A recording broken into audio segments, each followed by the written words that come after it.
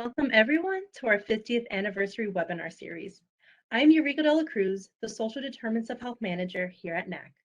We are grateful to all of you for joining us today and to our nationally renowned speakers for lending their voice to our discussion focused on the impact of the social determinants of health in our communities, as well as the strategies and partnerships health centers are developing and cultivating to address the social determinants of health head-on. To kick us off, it is my pleasure to introduce NACC's Associate Vice President of Development and Innovation, Jason Patnash, who will provide welcoming remarks. Jason? Thank you, Eureka, and good afternoon, everyone. I echo your warm welcome to those joining us today. Social determinants of health are vital drivers of the work we do here at NACC, and we recognize the impact that systemic inequities have on communities' health, including the access to the most basic of human needs. From our policy and advocacy work to our research, evaluation, technical assistance, and COVID-19 response efforts, NACC's core mission is to support all community health centers and to promote the efficient, high-quality, comprehensive healthcare that is accessible, culturally and linguistically competent, community-directed, and patient-centered for all. We saw this commitment to health centers once again today with an additional $1 billion in support for community health centers from the administration. We know the goals cannot be accomplished alone. The recent pandemic has proven that. Today, as we continue to celebrate NACC's 50th anniversary, you will hear from innovative government and health center leadership working to improve many of the social risks our country is facing. And they will share examples of the approaches they are using to do so. NACC is grateful for the hard work of community health centers and the social service agencies like those represented today. The health of our communities begins not only in the home, but in the businesses, organizations, policies, schools, faith-based institutions, and spaces around them. It takes individuals like you to dismantle the core structural barriers in place when creating an equitable healthcare landscape. And we appreciate your continued efforts to lift the voices of our most vulnerable communities. Thank you again for joining us today and for all that you do to support your communities. Eureka, back to you. Great. Thank you so much, Jason. I now have the pleasure of introducing my NACC colleague, Nalani Tarrant, Deputy Director of Research Projects. She will highlight our national efforts to collect the data needed to better understand the social determinants of health across communities and using the data to address social needs. Nalani, over to you now. Thanks, Eureka. And as mentioned, hi everyone, my name is Nalani Tarrant. I am the Deputy Director of Research Projects at NACC. Next slide. And today I want to start off by explaining why social determinants of health are important. Social determinants of health are conditions that impact our health and well-being. They are the circumstances in which we are born, grow, live, work, and age. And while we know that health is impacted by so many things, as a driver of health inequities, social determinants of health have shown a greater impact on population health and individual well-being than factors such as biology and medical care. What I want to emphasize here is how the literature continues to show that 20% of health outcomes can be attributed to clinical care, while the remaining 70–80% have been attributed to social, economic, and environmental factors referred to as social determinants of health. And as members of the public health sphere, it's our job to think outside the box and reshape the model to think about access to care and personal behavior within the context of an individual's community and socioeconomic position. Next slide. Health centers and others are increasing their use of social risk screening tools such as PRAPARE to better understand, document, and address the root causes of not just poor health, but of inequities. As health centers are increasingly committed to standardized social risk screening, data can maximize the impact towards building system capacity for health equity and accelerate alignment strategies. This slide illustrates that data can be used to guide local partnerships and accelerate alignment, focusing on better care delivery and planning from the patient all the way to system and policy levels. Next slide. I mentioned PRAPARE in the previous slide, and it stands for the Protocol for Responding to and Assessing Patients' Assets, Risks, and Experiences. It is a national standardized patient risk assessment tool designed to engage patients in assessing and addressing social determinants of health. There are 16 core measures part of PRAPARE, and the core measures you see outlined in the red box are also part of UDS. By collecting the core data set, allows a health center or organization to better understand how to best serve their patient population. PRAPARE also has several other optional measures that look at incarceration history, domestic violence, safety, and refugee status. Next slide. So PRAPARE is the most widely used social risk screening tool among community health centers. Here's a snapshot of the national PRAPARE use from 2019. Next slide. And we continue to see the interest in PRAPARE grow, mainly because PRAPARE is actionable, it's standardized and widely used, it's evidence-based and stakeholder-driven, it's designed to accelerate systemic change, and lastly, but most important, PRAPARE is patient-centered. It's meant to facilitate conversations and build relationships with patients. Next slide. The COVID pandemic has illustrated how public health crises dramatically magnifies existing health disparities due to the influence of social determinants of health, including but not limited to the risk of getting COVID-19, mortality and morbidity, access to care, impact of the economic downturn, discrimination and bias, and vaccination access and hesitancy. Next slide. So the PRAPARE team at NACHC and AFSHO disseminated 2 surveys, one in the summer of 2020 and another in spring of 2021, to better understand what was happening in the field with health centers throughout the pandemic, and several themes emerged. Under COVID, many health centers began experiencing greater coordination and communication with social service partners in the community, but the capacity for social services within the community was mixed. Some expanded for immediate needs, especially with food, but there were also reports of insufficient supply, specifically with housing and transportation. I would also like to note that internet was commonly reported as a limited material for patients, and this was seen in all areas, not just in rural communities. Next slide. Furthermore, we noted that nearly 30% of our participants reported using PRAPARE tool to inform racial and structural inequalities. Here we have 3 quotes that we pulled from our survey, sharing how health centers are using PRAPARE to address racial and structural inequalities. Next slide. You can learn more about the survey findings through this brief located on our website. This brief captures how health centers, social service agencies, and others are aligning and supporting ongoing social determinants of health efforts, informing methods and policies to address health equity, and planning for future in the wake of COVID-19 pandemic. Next slide. Another resource that folks might be of interest is the Person-Centered Language Resource Guide that was developed by the NACHC PRAPARE team in collaboration with AFSHO. Being intentional and thoughtful in our word choice is especially important and timely as we collectively look to advance health equity, and language plays a critical role in doing so. This guide is to assist in using inclusive and person-centric language. Next slide. And lastly, NACHC has created an SDOH interactive dashboard. This interactive page demonstrates how health centers have and continue to pave the way on health equity and SDOH needs. The link listed on the slide here, and it can also be shared in the chat, I believe. So please take a moment to check it out because it is a very, really cool interactive page that we created. So that wraps up my presentation. Thank you for your time. And if you have any questions, feel free to email the PRAPARE team at prapare@nacc.org. And I believe we'll also put that in the chat. And Eureka, I'll turn it back to you. Thank you. Great. Thank you so much, Nalani. I am now honored to introduce today's first guest speaker, Dr. Cameron Webb, who is the Senior Policy Advisor for Equity with the White House COVID-19 Response Team. A native Virginian with both medical and legal degrees, Dr. Webb is the founding director of the University of Virginia's Health Equity Law and Policy Research Laboratory. And Dr. Webb is a core faculty member at the university's Equity Center, an initiative for the redress of inequity through community engaged scholarship. Thank you for joining us today, Dr. Webb. Let me turn things over to you.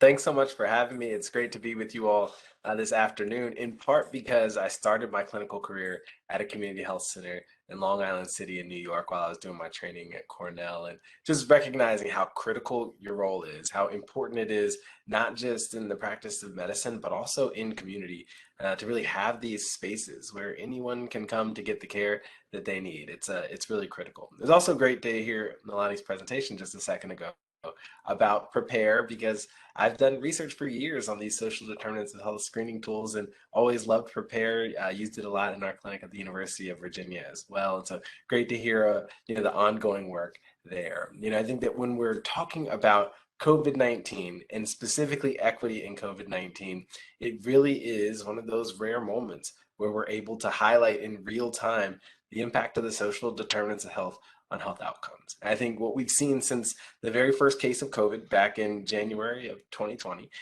here in the United States, all the way through today, is that we've seen disproportionality in who's had access to testing, in the cases that we've seen, the ongoing hospitalizations, the rates of long COVID symptoms, the rates of vaccinations. There's so many different layers where we see the differences in COVID. And those differences aren't born in hospitals or clinics. They don't happen because of the healthcare system specifically.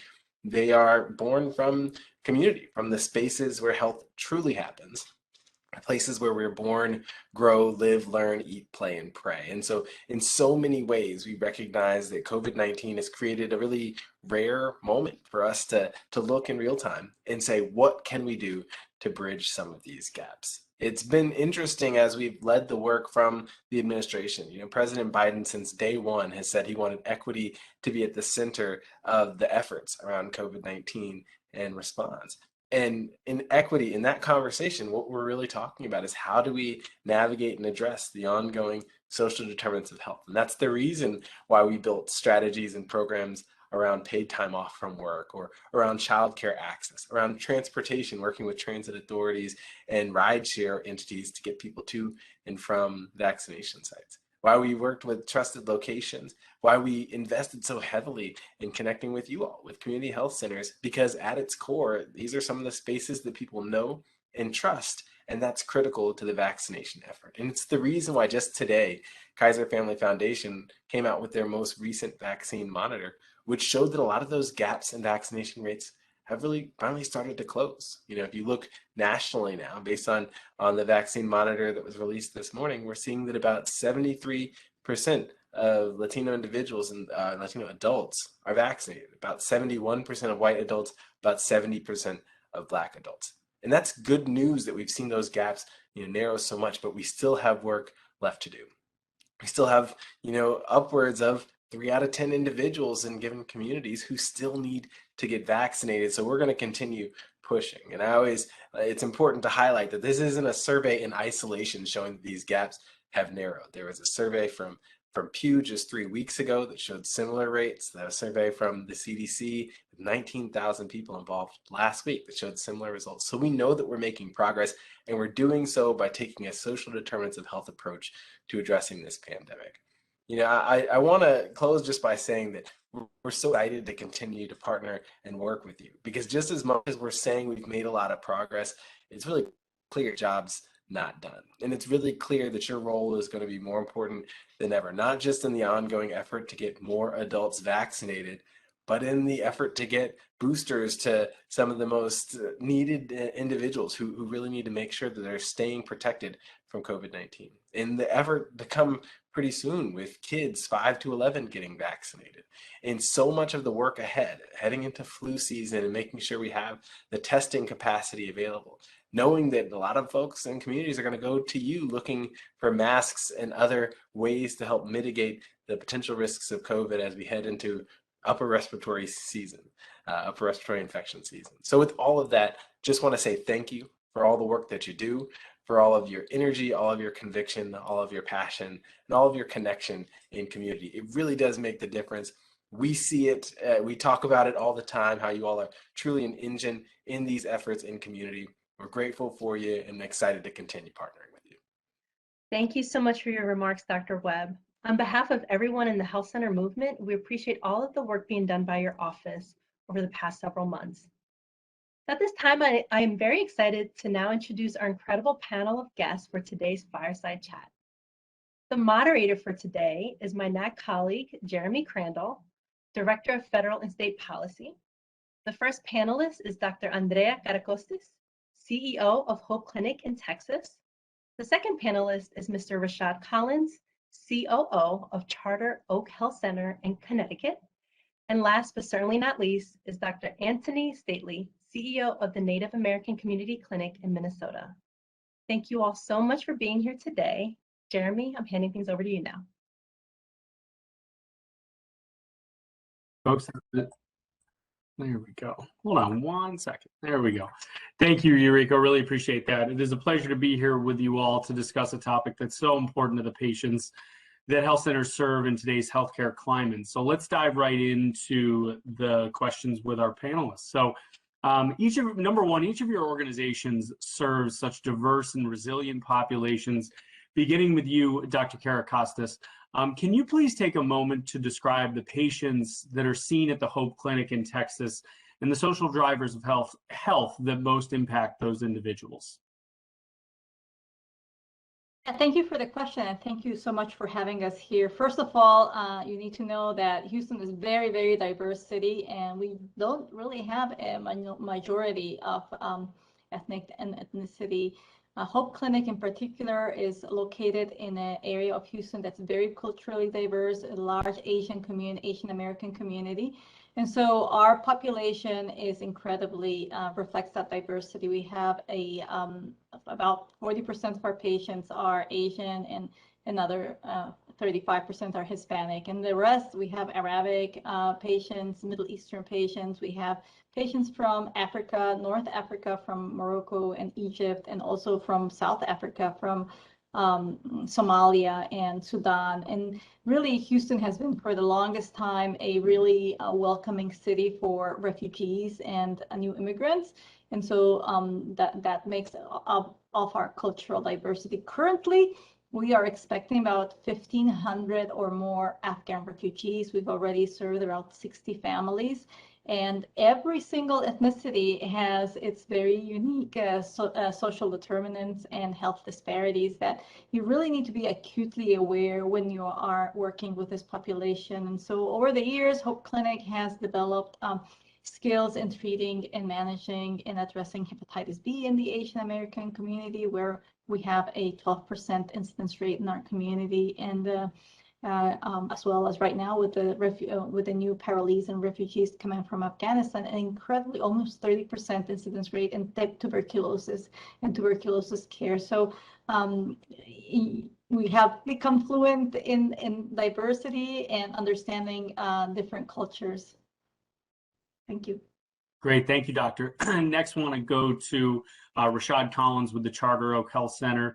Mr. Collins, would you like to weigh in on that question about the patients that you all see and the social drivers of health? Yes, thank you, Jeremy. Good afternoon, everyone. Thank you to NACHC for having me as well as Charter Oak Health Center represented today. Charter Oak, we're located in the south end of Hartford. About 69% of our patient population identifies as Hispanic or Latino. In 2020, we saw over 19,700 patients. Given the area of the city that we're located in, we see a diverse mix of Black, Latino, and Black, African American, Latino, and other ethnicities as well. Given some of the challenges that our patients face, language barriers, transportation issues, environmental issues, of course, also restrictions when it comes to access to affordable housing, as well as, of course, quality healthcare services, which Charter Oak continues to provide in that regard. Certainly during the pandemic, we saw this exacerbated by a lot of the barriers, systemic barriers as such, that have been in place for a very long period of time that really impact the ability for our patient population, but as well as our community to access what they need. And certainly we spent a lot of our time and energy, and continue to as the pandemic continues, in addressing some of these areas and ensuring that everyone in our community has access to quality health services, but also we continue to be a connector for other services that are also in the community. Lastly, I'll close by just saying that given the amount of services that we provide and the unique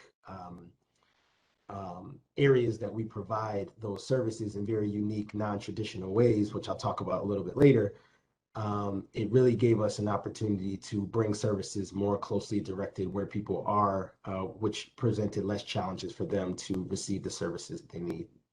Thank you. Great, thanks, Mr. Collins. And then finally, Dr. Stately, and I will say I have no favorites among the panelists, but I have personally visited his health center a number of times in a previous position, and you all do amazing work there. But again, I'm not picking favorites. But Dr. Stately, would you like to weigh in on this first question? You're on mute. There you go. Thank you, Jeremy Miigwech, for those words. I appreciate it. I appreciate the shout out. The Native American Community Clinic has been around for about 20 years, close to 20 years. We are situated on the American Indian Cultural Corridor in South Minneapolis. South Minneapolis is home to the largest and most densest population of urban residing American Indians in the United States. And within that sort of like small area, NACC is one of 2 organizations that sort of dedicate their work to providing medical and healthcare services to the Native American community. We serve, our clinic is about probably 80 to 85% Native American. We have an integrated care model. So we have full complement, full service medical services, primary care, all the way up to ambulatory care. We have a dental operation, and we also have a very robust behavioral health program, which includes the outpatient mental health clinic and a substance abuse treatment clinic, which includes an intensive outpatient treatment program, and also a medication-assisted treatment, Suboxone dosing clinic. The majority of our patients are Native American, and about maybe 15% of our patient population is a mix of African American, Latino, and white folks, and then a handful of East African or Somalian folks who sort of kind of come to our community because where we're at. A large portion of our population that we serve is homeless. In Minneapolis specifically, we have, and in the state of Minnesota, Native Americans are 5 to 12 times more likely to be homeless, and to be homeless intergenerationally for 2 and 3 generations. And so that's a large part of our population. We also have the highest rates of opiate overdose and death in the state of Minnesota. And so that's what we spend a lot of our time and our efforts on, which means we have to put a lot of our resources in our organization to doing street outreach and patient navigation and transportation services and all these other kinds of things. And within the scope of the pandemic over the last 18 months, that work has gotten much more harder. The amount of work we've had to put into accessing patients and providing care to them and making sure that they have access to the vaccine, access to testing, as well as infectious disease screening and the like has been phenomenal. That's where most of our resources go. So.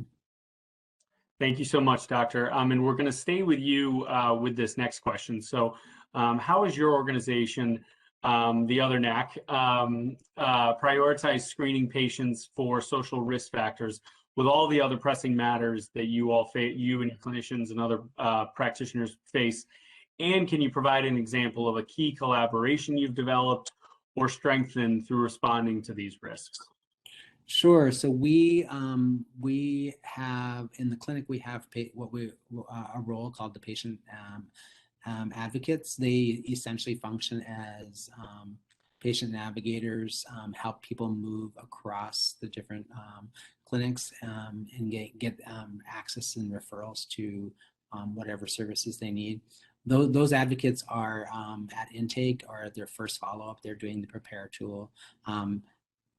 Folks in the behavioral health clinic, we have behavioral health care coordinator who will do the PRAPARE tool as part of the intake if a person comes in for a behavioral health appointment. And one of the things I think that we have an example of a collaboration is that as part of our participation in a 10 FQHC federally qualified healthcare center urban health network, it's called the Fun Group, we have been able to get some CHW time, some community health worker time from that, from a grant that the Fun Network got for us to be able to have somebody come in and provide some community health worker services to our folks. That community health worker oftentimes will join our community outreach team and go to encampments and go to other organizations, sister organizations, to provide access and increase access to patients, linking them back to NAC. So it's been a really good partnership and something we want to build on. We're actually trying to right now write a grant to improve more, increase more CHW time in the clinic, so that that's something that we can provide more often to our community. Great, thank you, Dr. Stately. Mr. Collins, we're going to go to you with our next question. How has your organization, Charter Oak, been involved in discussions around state payment models, incorporating social determinants of health into value-based care or other state policy actions in the SDOH space? Thank you. So Charter Oak, we started participating in Connecticut's value-based care initiative, and it's called the Patient-Centered Medical Home Plus program. We began in participating in 2016, and PCMH Plus is a care delivery reform initiative that primary care practices that have achieved primary patient-centered medical home status to implement additional tools specifically focused around care coordination. The PCMH Plus program provides better service and care experiences for individuals. Our assigned patients, which is over 8,400 Medicaid members, have been assigned to Charter Oak. And we utilize a cadre of community health workers that have assigned patients, eligible patients for this program that they work with on a consistent basis, focused on reducing emergency room visits, also by providing health education and constant and communication and follow-up on a weekly, monthly basis with patients, and also engaging by expanding our internal urgent care service that we provide, which is open until midnight on Fridays and Saturdays, and also open 7 days a week. Because we have these community health workers that are dedicated to this effort, it allows for us to have a true team-based model where our CHWs are able to connect with patients outside of the exam room space, connect them to care for services on a multitude of different areas, including to address food insecurity, energy assistance, transportation, health education on a wide variety of different topics. We also have a nutritionist here, which allows us to have our patients also participate in cooking classes and healthy food demonstrations and such and so forth. So this allows us to have a better care of connection for how we can continue to ensure that we are improving the overall health of our patients. Thank you. Great, thank you, Mr. Collins. Dr. Caracostis, we're going to go back to you. So there is considerable policy action in play right now on the Hill, as I'm sure everybody on this webinar knows. Medicaid expansion, protections for the Affordable Care Act, child care, climate change, telehealth, and that is not the all-encompassing summary that really does it justice. If you had to pick one specific policy action Congress could take that would help health centers make immediate progress on social determinants of health, and it certainly does not need to come from the roster that I just listed, but if you could pick one specific policy action, what would it be? Certainly, for health centers like us, Medicaid expansion, especially in Texas, is a big item. There's so many people that just really fall into this donut hole of non-eligible, and it really hurts the families when they're trying to access health care. And also, it hurts us when we're trying to move them through the continuum of addressing the social determinants of health. Great, thank you. So we only have one more question. I do, if either of our panelists, want to weigh in on that question or this last one as I as I ask it, I encourage you to do so. So I'll ask the final, or go ahead, Dr. Staley, did you want to? I was going to say that I certainly agree that Medicaid expansion is really an important thing for lots of, I think it is important for the entire country, quite frankly. We've seen, as a result of the ACA and the Medicaid expansion, we have been able to see significant improvements in access to healthcare services because people who originally historically could not have healthcare coverage, they were able to have healthcare coverage. And then we saw a significant uptick in the utilization of services. That's certainly true of Minnesota. Before Medicaid expansion, about 60 to 65% of Native Americans in the state of Minnesota went without healthcare coverage on an annual basis.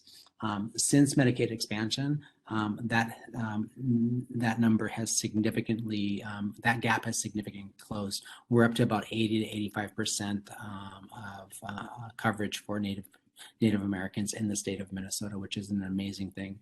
Of course, we have lots of work to continue to do for that 15% or so that still are struggling to continue to get coverage. So that's an important thing to do. But I think within the context of the pandemic over the last 18 months, we have seen a significant ability to sort of reach more patients and provide better care and continue to provide care and access to care, especially in substance abuse and behavioral health, with respect to telehealth.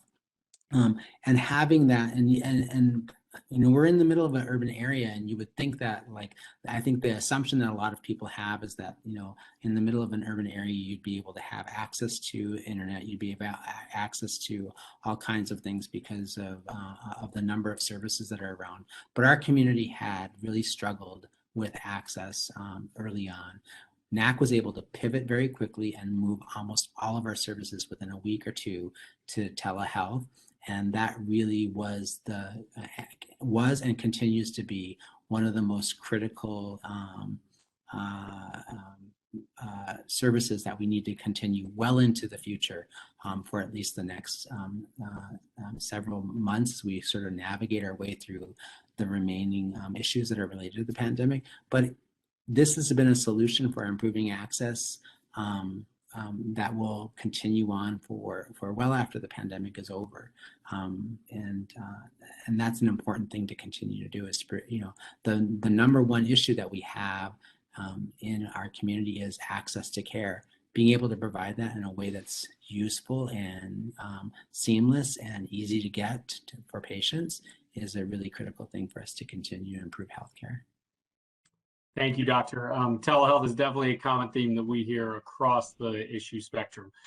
So we have one more pre-question, if you will, and then there was one that came up in the chat. And so what I wanted to do for our panelists is I'm going to actually read both, and you can choose your own adventure, answer both if you'd like, because I know we've got about 5 to 10 minutes or so left for questions. So I'll read the one that came in, and then I'm going to read the second one. So the question that came in is, what resources do you all have for a more adolescent youth-based PRAPARE?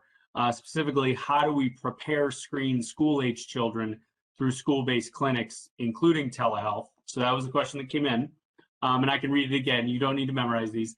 But then the general question for all of our panelists is, and Mr. Collins, it's okay to start with you. In listening to Dr. Webb's comments around health centers' impact on health equity and COVID response, what innovative ways do you envision your organization continuing or changing when working to address health and eliminating, ideally, health disparities and providing access to critical social services? Yeah, so one of the commitments that Charter Oak Health Center made, at the very onset of the pandemic was ensuring that we didn't limit our services to the 4 walls of our service locations. So it was very important for us to get out into the community and ensure that we're providing our services. So 3 specific things that we did. One was during the pandemic, we expanded our urgent care hours. So while many entities, as we know, and organizations were contracting hours and for multiple different reasons, we felt that it was important to provide even more access. So we actually expanded our urgent care hours to midnight on the weekends. In addition to that, we knew that even with being located in areas of high need, it was also going to be critical for us to get out into the community to provide the services directly. So we implemented mobile testing and vaccine in a variety of different ways, from drive up to also walk up. We conducted over 28,000 tests and over 12,000 vaccines to date in a mobile capacity. We've also continued those efforts by partnering with many different community organizations, faith-based organizations, great collaborations with the public health departments. Hartford Public Schools has been a great partner of ours as well. And it's really given us the opportunity to provide services in more flexible ways than we had done even prior to the pandemic. One of the important issues that we've identified is that while we continue and always have and always will provide access, it's also important to be more in tune to what is the best delivery model for the populations that we're focused on. So as we continue to provide those services throughout the pandemic and beyond, it's going to be important for us to always continue to ensure that we don't just stand up a come to us model, but that we're keenly and intentionally focused on going to our population and ensuring that we're providing those services in the most efficient way possible. Thank you. Great. Thanks, Mr. Collins. Dr. Caracostis, can we go to you next? Yeah, I think that some of the lessons in terms of utilizing PRAPARE, and it's really, we can certainly, refer patients back and forth to social agencies, but we also, for us, the great turnaround was focusing our services into upstream care. So the clinic has really moved up into focusing on what are the things that we can do to address the needs of our population farther upstream. For example, we have hired a chef. And so in our culinary program, we have actually, instead of telling people, how many calories they need to consume, we enroll them in educational cooking classes. The chef does cooking classes with the schools, where we give the parents and the child a box of fresh produce, and then we do online classes on the cooking. And so the parents and the children can cook together. And because food is not just what you put in your mouth and the number of calories you consume, it's actually a whole family event. And we during this COVID pandemic, we have realized there's a lot of social isolation. And so there's ways of engaging parents and children and communities to sharing recipes. We have furthered, in the initial intent of this culinary program was to have a culinary school and to teach new chefs and to really bring into the kitchen the sense of the leadership in healthcare, because what we put in our mouth is really, really important. And let's face it, we all eat out more than our share. And really transforming small businesses into champions of healthcare has been one of the things that we've done during COVID. We partnered with small restaurant owners and formed a leadership academy with them. We teach them not only how to cook, how to transform their current menus into healthier options, how to replace sugars, how to replace starches. And then we bring marketing campaign, e-commerce experts and other leaderships to really help them succeed, because we need people who are economically healthy in our community to be also physically and emotionally healthy too for their families. And so that we've really gone out of our shell to work actively with our partners outside our clinic walls with different projects, also in our maternity project, working with partners in the community to help women understand what is going on with their bodies before they're pregnant, while they're pregnant, and after they're pregnant. And I'll shut up with that.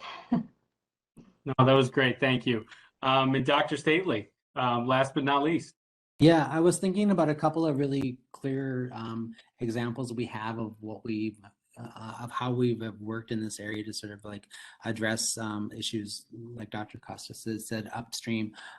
Right before the pandemic happened, NACHC had started and launched a cultural healing program. We hired one elder in residence who would sort of provide cultural and spiritual care services to our patients. We've been hearing from the community for a while that they had wanted access to traditional healing and cultural healing services to complement their doctor visits and their behavioral health visits and the like.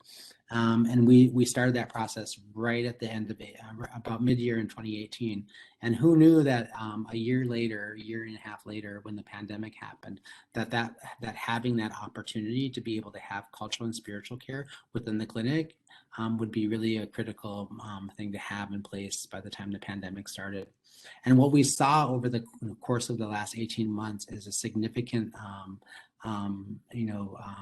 requests for those services. We've hired more elders and residents and providing more spiritual care. We got a couple of grants that allowed us to do things like purchase traditional medicines and hire consultants who would do webinars and workshops on making traditional teas, traditional medicines, elixirs that were helpful for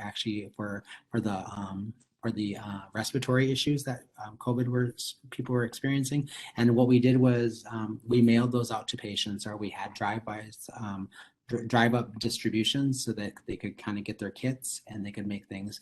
We expanded that to other things, like we included things like traditional moccasin making,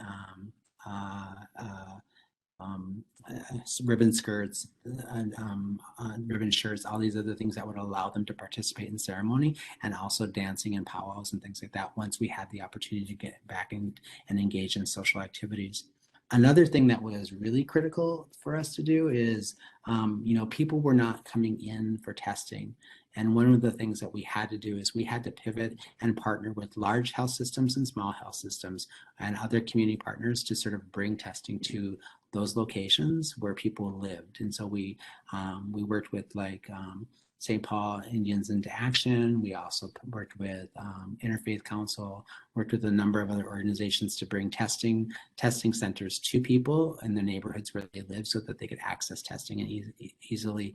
And we did similarly when the vaccines were available. We brought vaccines to encampments, and we also brought vaccines to community organizations near where the people live throughout Minneapolis and St. Paul. Thank you, Doctor. This has been an excellent panel. Thank you so much to our panelists. This work is both extremely hard and extremely important, and doing it in the middle of a global once-in-a-century pandemic certainly doesn't make the job any easier for you and your amazing teams. So personally, just thank you for all the amazing work you're doing. And it was an honor to be on this panel with you all, or to moderate. You all did the talking. Yuriko, let me turn it back to you to bring us home and close things out. Great, thank you so much, Jeremy. And we are just sincerely grateful to Dr. Webb, Dr. Caracostis, Mr. Collins, and Dr. Stately for taking time out of their busy schedules to have this timely and thoughtful discussion. Health centers have always understood the need to address the social determinants of health way before they were even labeled as such. And we are well positioned to continue leading this critical component of healthcare delivery. We hope today's fireside chat sparks some new ideas for you and your health centers to address the social determinants of health. As you know, NACHC is celebrating its 50th anniversary this year, and these monthly fireside chats offer an opportunity to highlight the impact community health centers are making every day across America, especially during the COVID-19 pandemic. NACHC is honored to represent the voices of nearly 30 million patients, 14,000 nonprofit community health center sites, over 250,000 staff, and 12,000 community and consumer board members. You can visit our website, look for the scrolling homepage, and click on the 50th anniversary section to hear all of the past webinars. So thank you for attending today's session, and we invite you to join us next month on Tuesday, October 26th at 2 p.m. Eastern. We will be honoring America's veterans and welcoming guest speaker, Dr. Cameron Matthews, Chief Medical Officer of our Veterans Health Administration. Enjoy the rest of your day, and please take care of yourself and each other.